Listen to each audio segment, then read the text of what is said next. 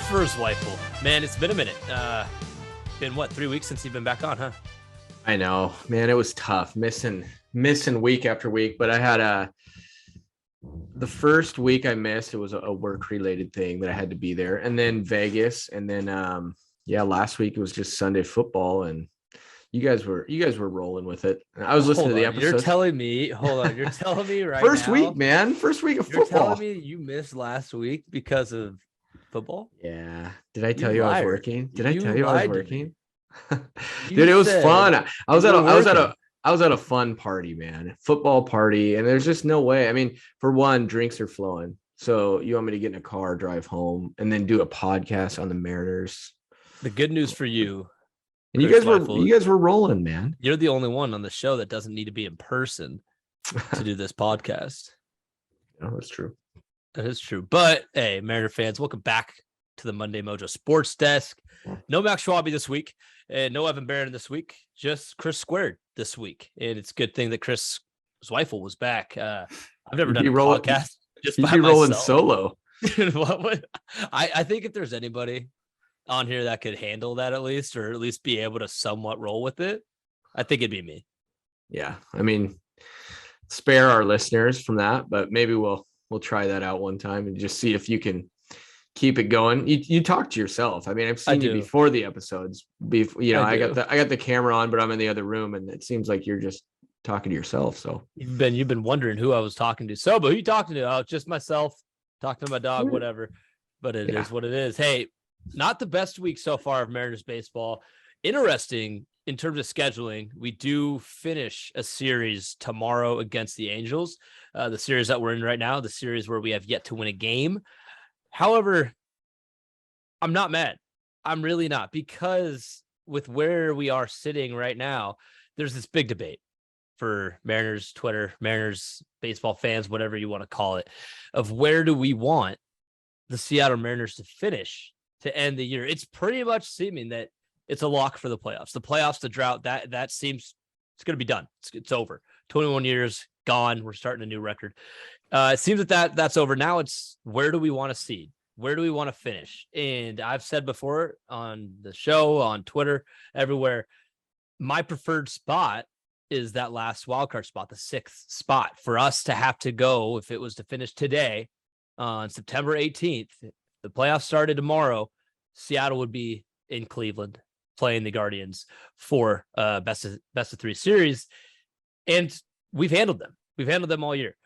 We would then eliminate ourselves from having to be in the same bracket as the Houston Astros, who are our dads. There are a lot of teams' dads around the league, and we don't want to play them. We don't. They've kicked our ass every time.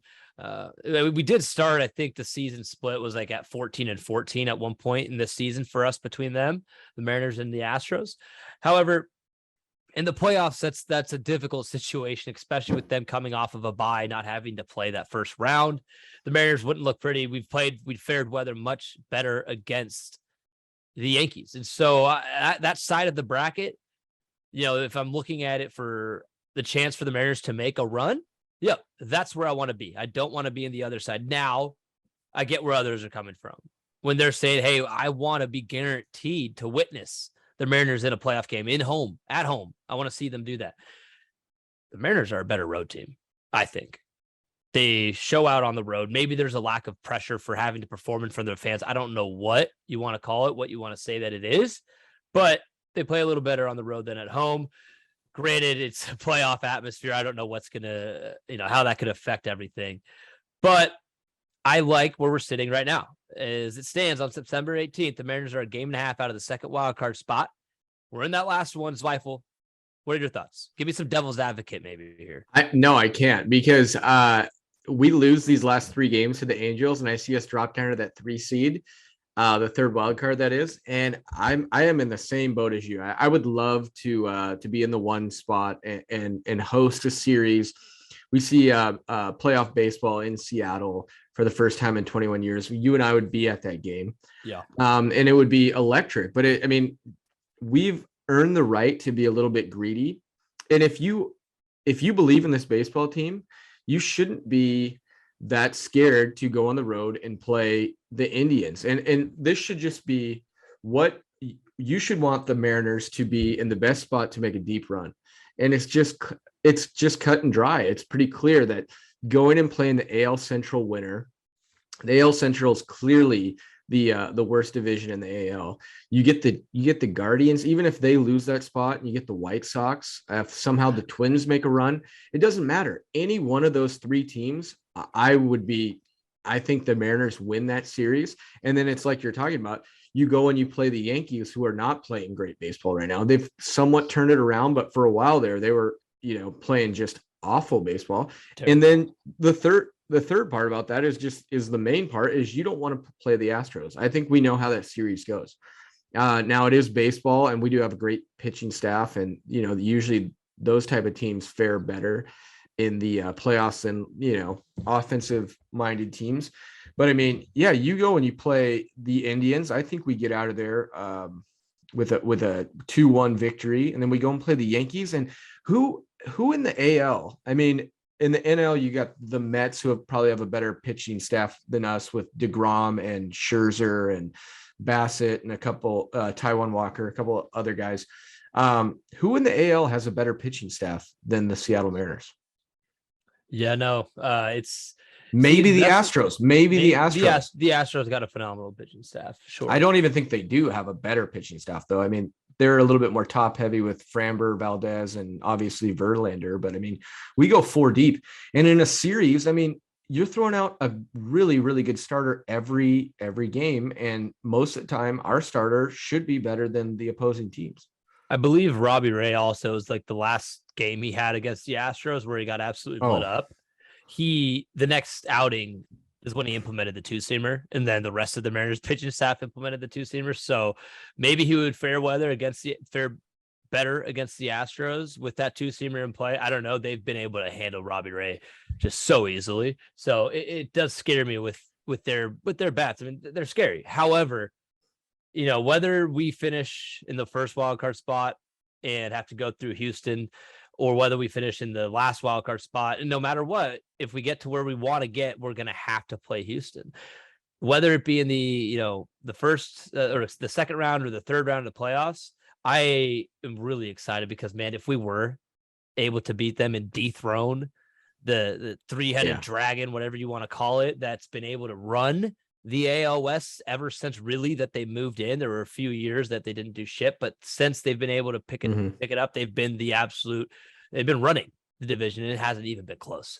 It'd be really sweet to knock them out. But if we do have to play them, which I think is pretty much inevitable, it's like you said, I want to play them further along, and hopefully the ALCS, and so we can knock them off to go to the World Series. That'd be sweet. But there's a chance the Rays, Rays or Blue Jays, one of those teams that wins goes and plays the Astros, and they have a chance to beat them. I would take the Astros in that series, but basically just as many chances as possible for another team to defeat them. Yeah, you want to push that down the line. I mean, that's the big team that if you gave me one bet and my life's on the line, who's going to come out of the AL? I mean, it's the Astros for sure.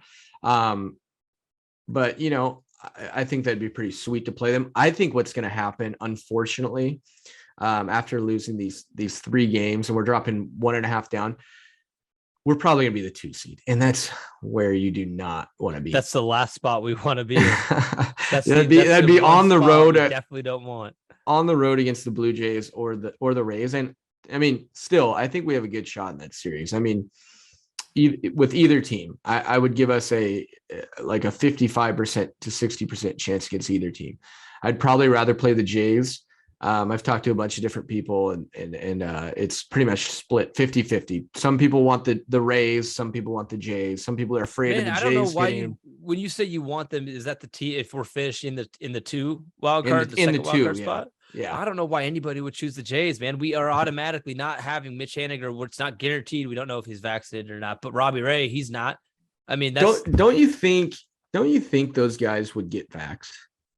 See, there's also that situation then too, right? They're not missing the playoff series. What's Whit Merrifield, yeah. When the trade Yeah. deadline it got announced that he was getting traded to Toronto, he said that he would get vaccinated. He has posted dog shit numbers since he got traded. So maybe it's the vaccine. No, I'm totally kidding.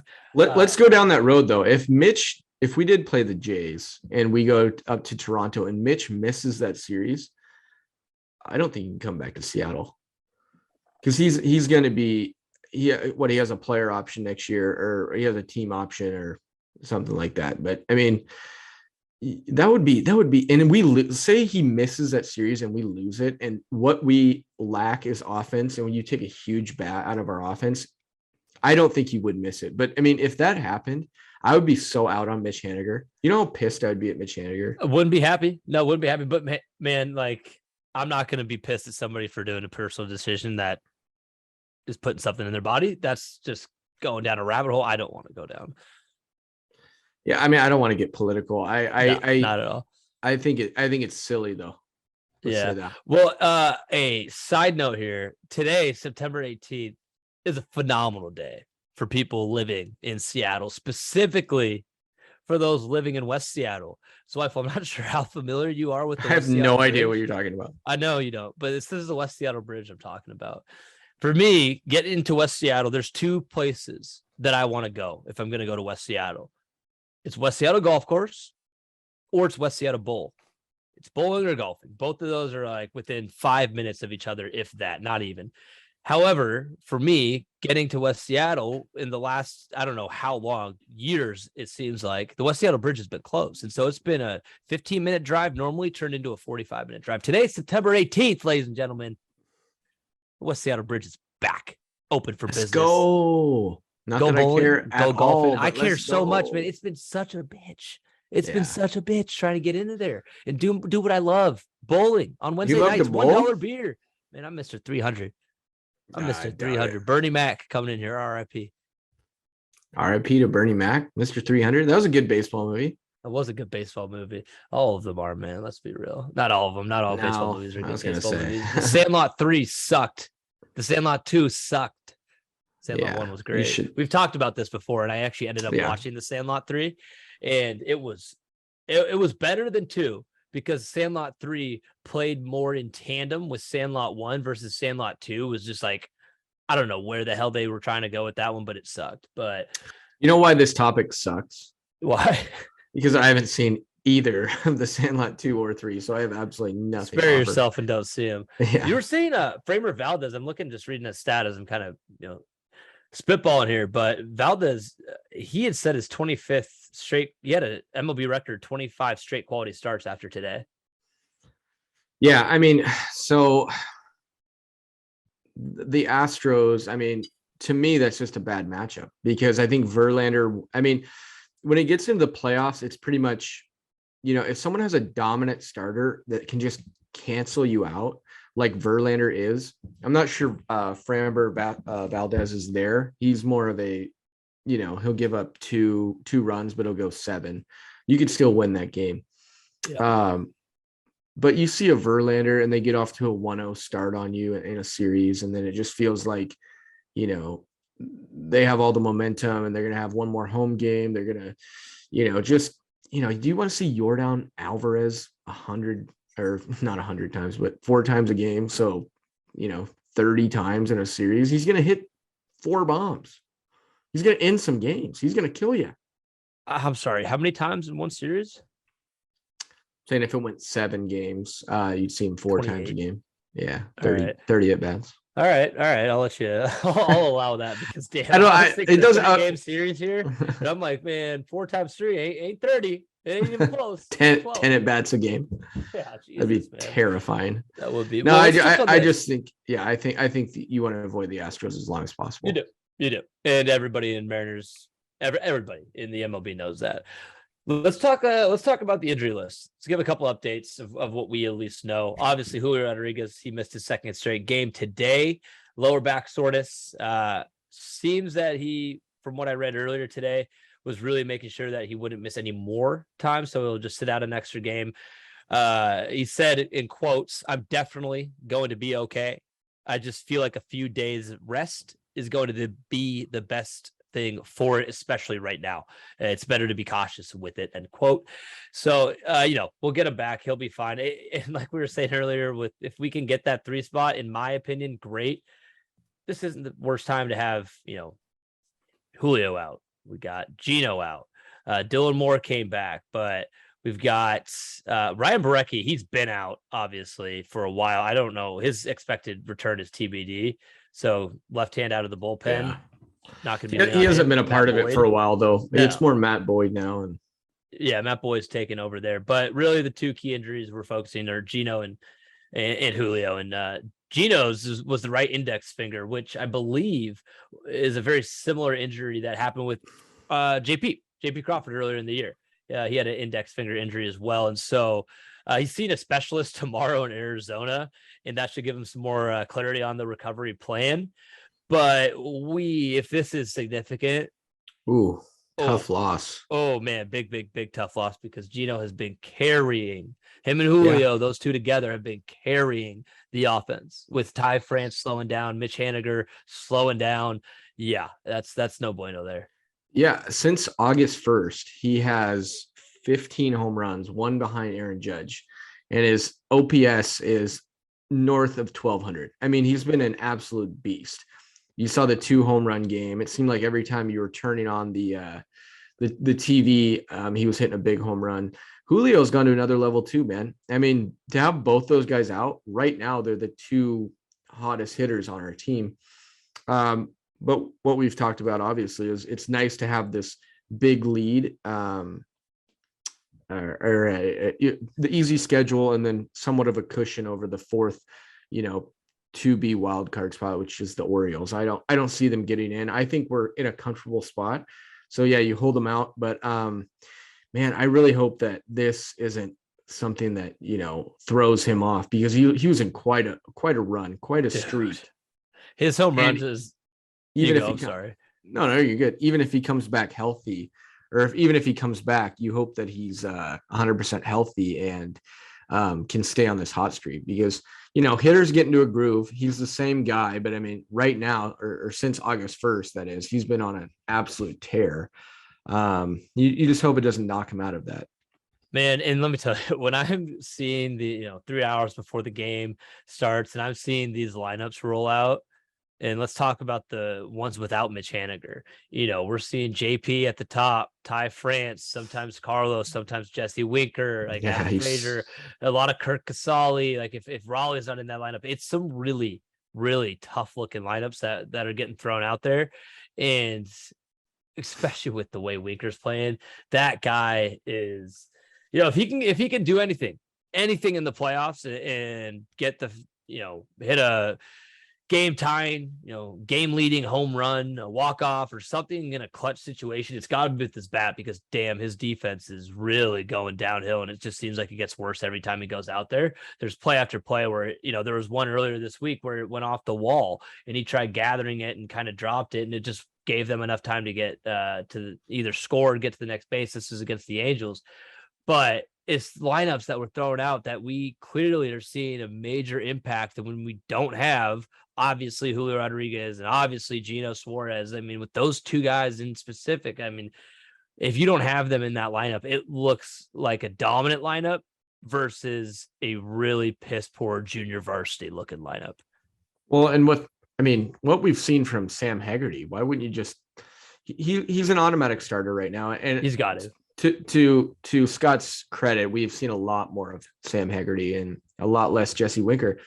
Taylor Trammell at times has showed me, pretty good stuff. I think right now, with how Jesse's going, I could never have said this at the beginning of the year. Like you couldn't have drawn this scenario up for me, that Jesse Winker would just suck against both righties and lefties. And I mean, we knew he wasn't going to be great in the field, but he's a liability, man. I mean, I didn't know he was this bad in the outfield, man.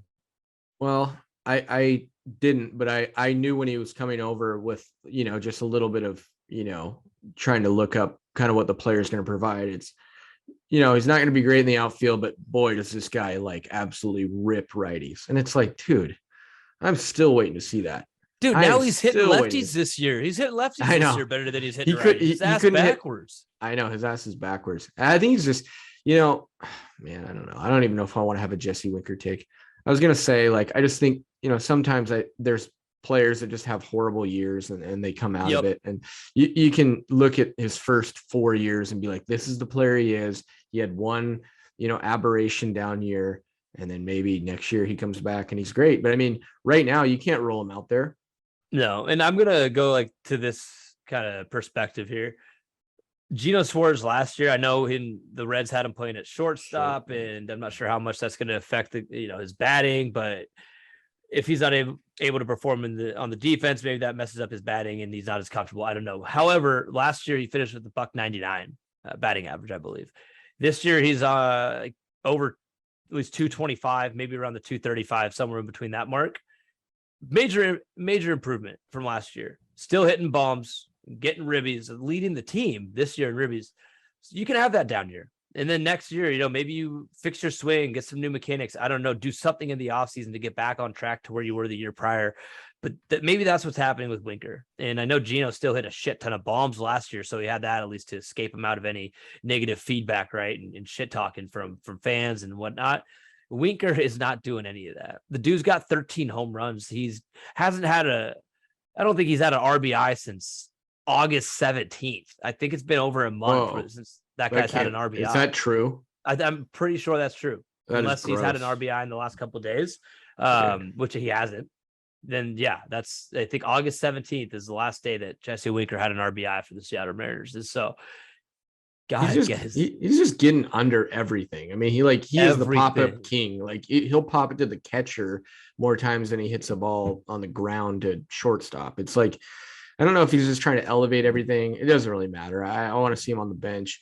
Put Taylor Trammell in there if you need to spare Haggerty a day. But I mean, Taylor Trammell last night, when we were down 2 runs, Taylor Trammell got a fastball down the middle. Oh, 447. Laid into it. Yeah. He hit it 447 feet. Absolutely. Is that what he hit it? 447? Yeah. Is that what you said? Yeah. Pipe job. That's what you want. Dude, I mean, is Haggerty? I mean, Haggerty's been the surprise of the year for me. Yeah. Maybe Suarez. You could say Suarez. I gotta go Cal Raleigh on this one. Or Cal Raleigh. Cal Raleigh's been so important to us. Yeah. I saw a stat of. I wish I had this written down. I should have. It was the Mariners' record with Cal Raleigh starting versus other catchers. Incredible lopsided difference for when Cal Raleigh is behind the plate and in the box for a game versus a Kurt Casale, a Luis Torrens. Luis Torrens is so funny. I know I've talked about this, I feel like, on the last few episodes, but damn it, it's so funny seeing Luis Torrens at second base in Tacoma. Have you seen any of those videos, any of those highlights of him dancing around doing spin moves in defense? No way. It's funny looking, man. It looks They're putting him at second? That's crazy. He's playing second base. Ty France, he took some reps at third base, not in live action, but in practice. Don't know what that means. Probably just precautionary. Don't know though. It's probably just if worst case scenario, we somehow don't get Suarez back. But I think France has bulked up even more than, a couple years ago, where he is strictly a first baseman now. I mean, here's an emergency job. You can put him over there, but yeah. Here's an emergency job question for you. Who's our emergency catcher? I know the answer. I'm curious if you know the answer. Cal Raleigh goes down. Kurt Casale goes down. Who's catching for the Mariners? Assuming everybody else on the roster is healthy. I would guess.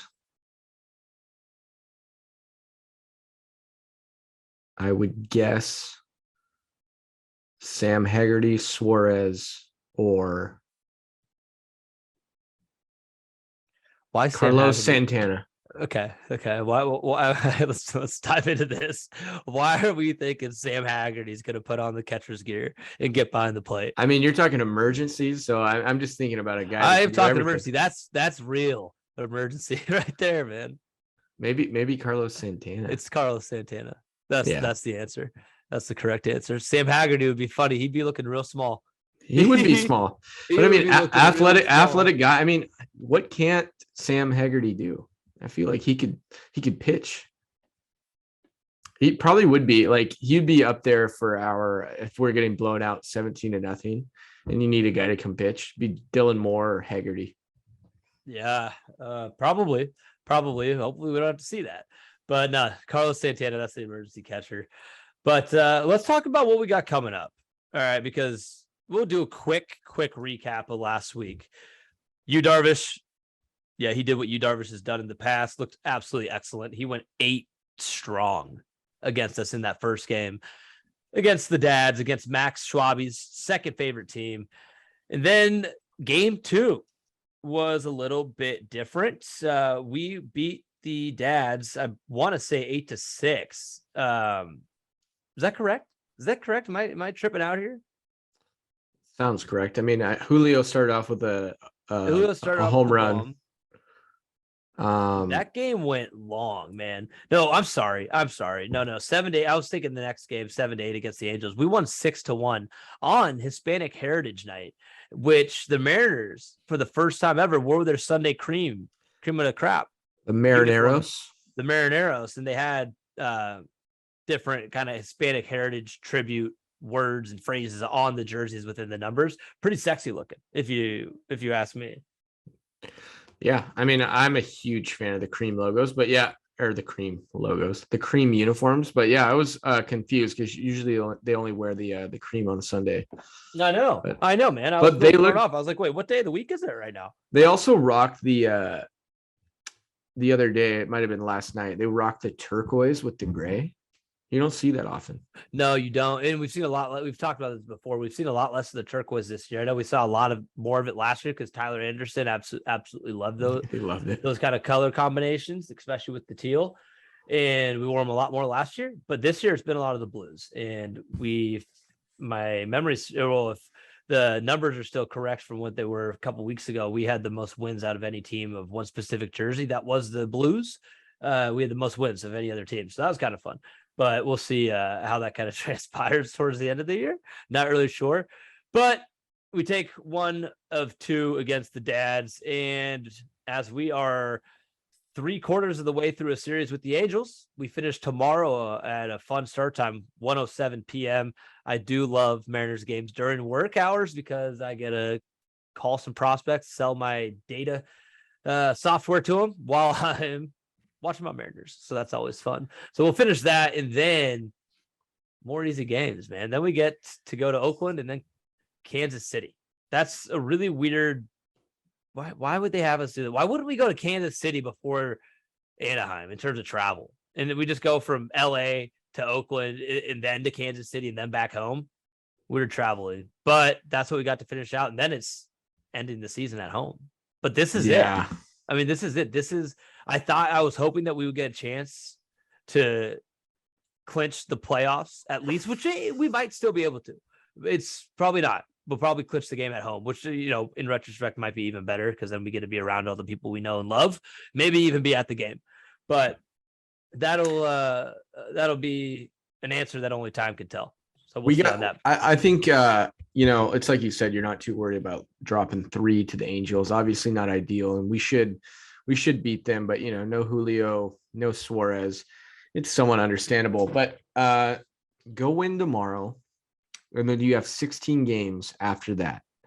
So 16, can you win 10? You go 10-6. That you're a shoo-in if you go 10-6. And it's totally possible. Going into the playoffs with momentum, I feel like is huge. And it's like we talked to on Twitter and amongst ourselves and with Churchill about clinching, 6 games out, 7 games out, 4 games out.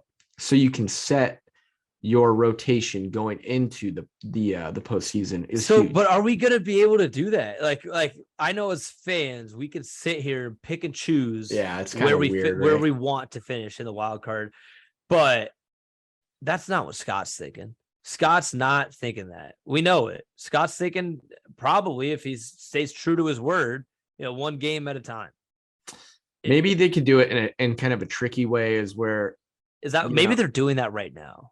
Yeah, with Julio, at least keeping him out of the lineup. Well, I mean, I'll say that he probably, I definitely think it's possible that he could go out and play these games. And if we were in a must-win situation, he probably would be out there. But I like the call because there's no need to push him out there and then something weird happens and then he's actually injured.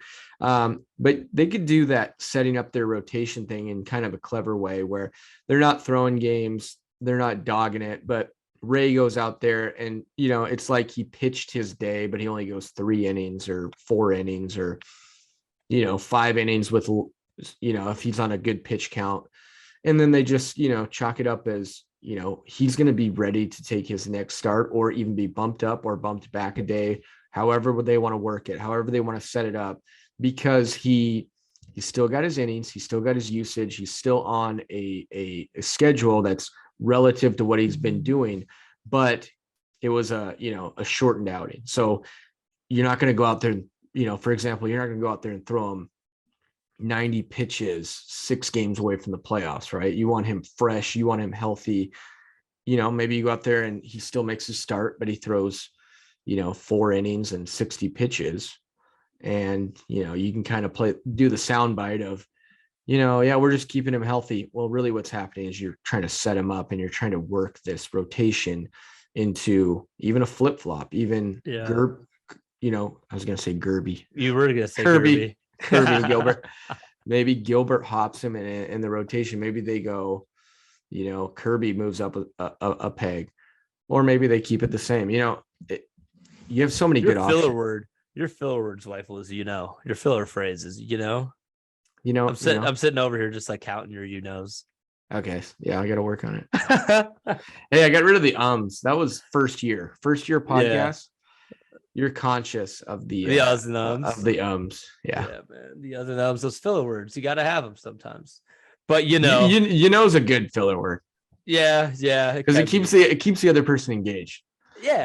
Every time I say you have to think, well, do I know? Oh yeah, I do know. Yeah. You know verbatim. What I mean? Verbatim. Verbatim. Hey, I did something. I've bought baseball cards in the past, and like when I say the past, like way back when, and I just don't buy them anymore. However, I did buy one because it was a Seattle Mariners one, and so I'll show this to you. Really? I like the back more than the front. You see that? Mitch Haniger and JP. However, it's the back of this card that I really love. And it's a photo of the only time that every single player on the Mariners, I'm talking infield and outfield, did the circle dance where they all joined hands and did their dance and their hoorah. Mm-hmm. Only time that they've done it with the entire team. And this was I should remember what game it was. And it was it was when Mitch Haniger hit an 11th inning walk-off RBI single.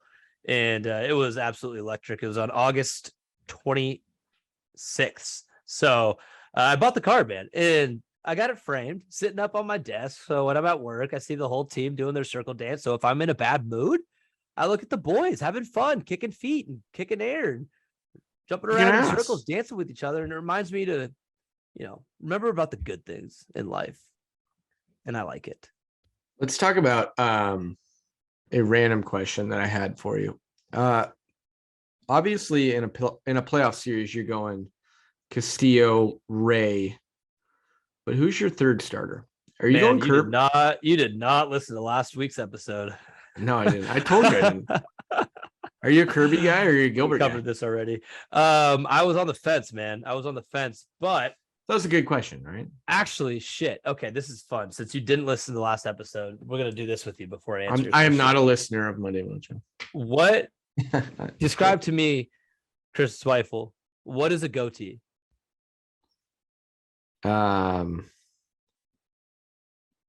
It's pretty much a beard without the side part. It's around your upper lip and and your chin. That final answer? I feel like it's a trick question. Am I going to be wrong? Is a goatee something different than I've always thought? No, man. You just so for everybody listening, I have a goatee. I have a goatee. I should know what he does have a goatee. No, and he answered. You're not wrong. You're not wrong in the slightest. But there's a social experiment where you are not part of the majority. You are a minority, which is there's no good or bad thing around here. However, Zweifel, back in the day, everybody listening already knows this if they listened last week, but back in the day, me and my friends in grade school did a social experiment. We would go around asking random strangers that question.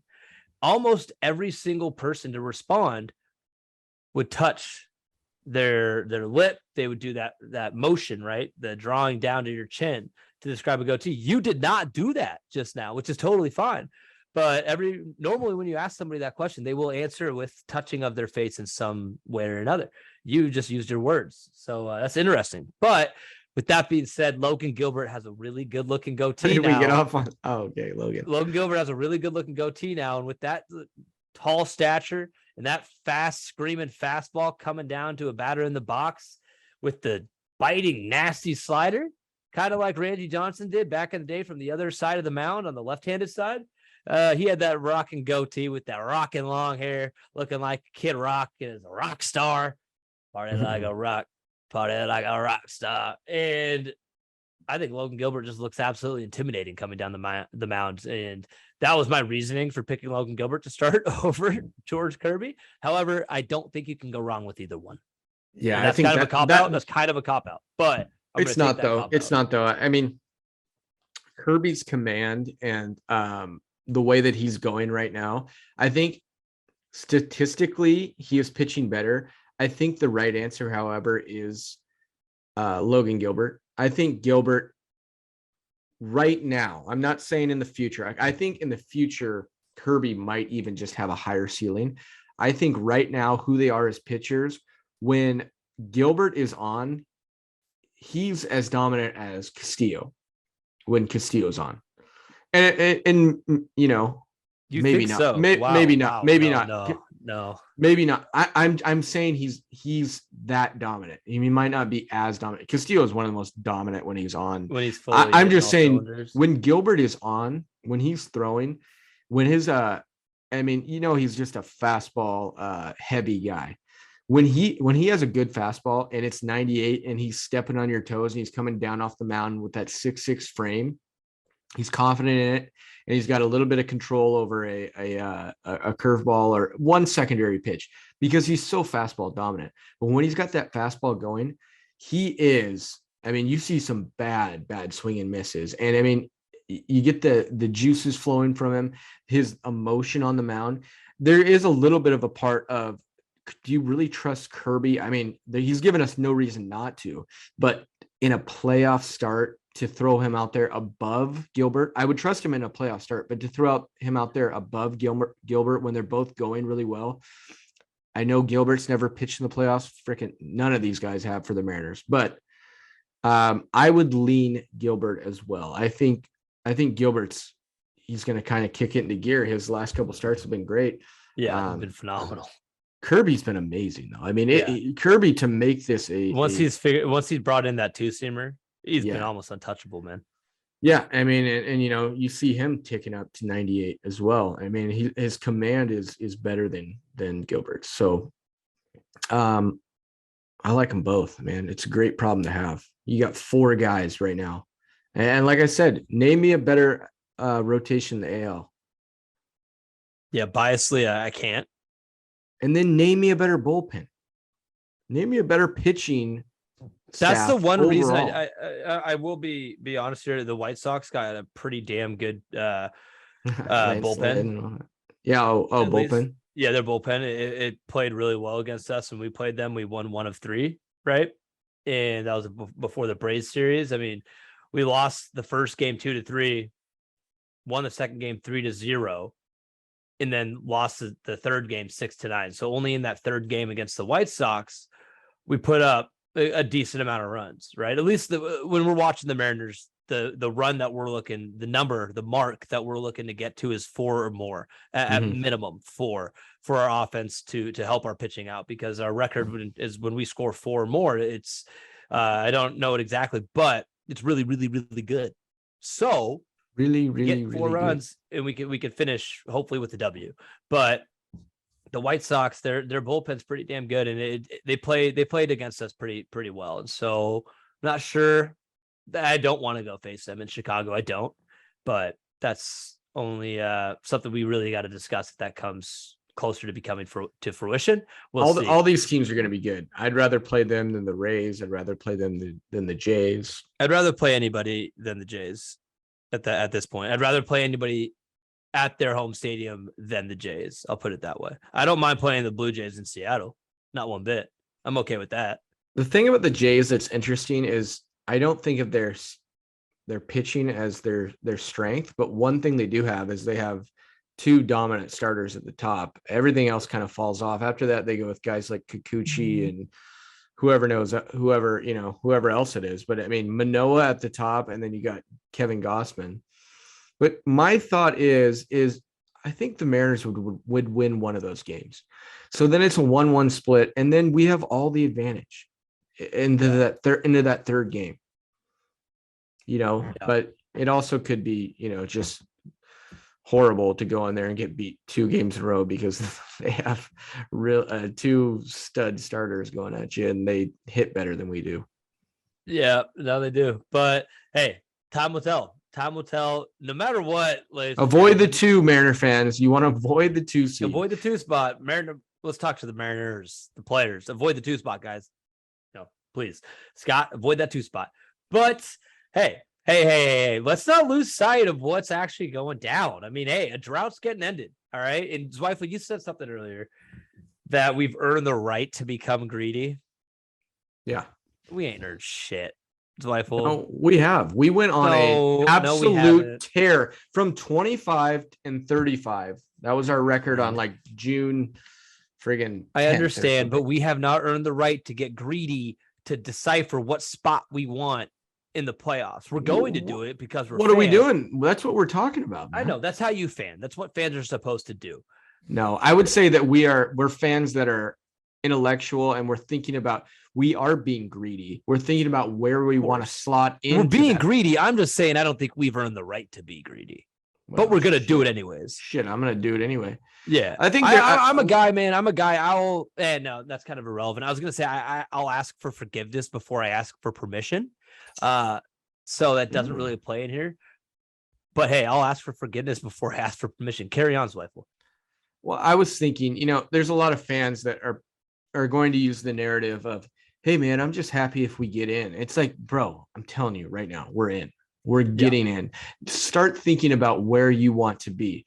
And then there's also, and I don't think these people are wrong. I'm just saying I disagree.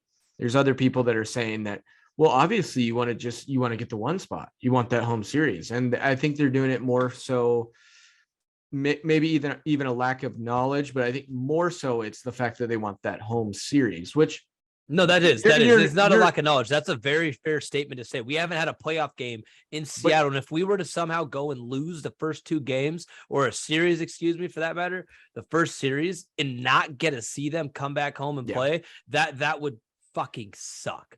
I'm not saying they're wrong, and I totally get it. And it's not like it's not close. I just think if you look at it with a little bit more nuance and see that 3 seed, not only do you get the easier matchup, you are on the easiest side of the bracket.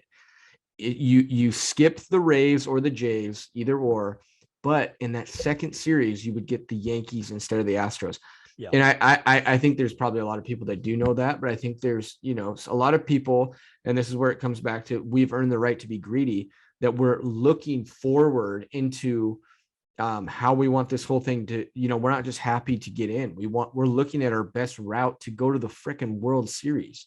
And I think this team, traditionally teams in the playoffs that do well are teams with, that are more pitcher heavy than batter heavy. I think, obviously our hitting is not up to par with our pitching, but if you had to err on one side, you would want to err on the batting side. You want your pitching to be the dominant part of your team. Yeah. You can shut other teams out by a guy like Castillo going out there and just rocking for 8 innings and giving up 0 runs or 1 run. And even if your team's not a great offensive team, you win that game. And in a series format, that guy was dominant, and he was more dominant. That one player was more dominant than their whole lineup. And he got you a win. Yep. And I think that's what we have. We have 4 guys that can go out there and just shove. And then Marco. Yeah, I mean, he probably will pitch in the playoffs, but there's off days, where you're traveling. Obviously, not in the first series because it would just be a Yeah. three game set, but he wouldn't even factor into that anyways. But in those 7 game series, you go 2 at home and then 3 on the road and then 2 at home. There's 2 breaks in there. He could just get skipped. And I'd be totally fine with that. I mean, and there might be a situation. You and I think the rest of the Seattle Mariners fan base would be totally fine with that. Yeah, and you know what? Marco is getting a bad rap. He is. You look at it. You look at his ERA. It's just under 4. Actually, after today, it might be over 4. But he's a perfectly fine 5th starter. We're getting used to like really, really good starting pitching, and to us now, the difference between him and the rest of our starters is like. It's a little bit glaring. It's a little glaring. It is. I will say that his start before the last one, he only gave up one run, and he went 7 innings. So he had a quality start the game before that as well. So he's. It just looks different though. It looks like you're playing with fire every pitch. I do know. Yeah. I feel bad that I pointed that out now because for all of our listeners, probably right after I pointed that out, they're like, "Oh, I'm going to keep track of this and see how many times Zweifel says You've been saying it all day. It's just the way I talk, It is the way you talk. Morgan Wallen, just the way I talk. Yeah. I don't know if you're listening. I don't know if you're listening, so I gotta ask if you know. I'm listening, man. Hey, anyways, I think that's a good place to wrap it up, man. The Seattle Mariners. Let's pick it up, boys. Let's get healthy. I'm gonna start there. Let's get healthy. Get ready to kick some ass these last couple weeks. Last 19 games. It really is the home stretch. And we'll be in Oakland. We'll be in Kansas City. Brian Blow, shout out, bud. You better be at least 2 of those 3 games in Kansas City wearing Seattle Mariners gear. I got a buddy that lives in Kansas City, and he'll go to the Royals game. So if he misses one of these, I'm going to mail him something. I know Brian. I know Brian. Yo, my God. Jesus Christ. Yeah, you do. You knew Brian before I knew Brian. Yeah. Brian Blow. Anyways, decent week, not the best. However, if this week went the way it did and the Mariners didn't have a cushion that they had, we'd be a little bit of a shit fire. We're not. Heads are above water. We're still swimming. We got our floaties on. We're treading water very easily. And I don't even want to say we're treading water. We're not treading really anything right now. Healthy lead against the Orioles, who are kind of going the wrong way. But strap in. Get your seatbelts on. It's the final stretch, ladies and gentlemen. That's it from the Monday Mojo Sports Desk. Recorded on a Sunday, dropped on a Monday. Let's go Mariners.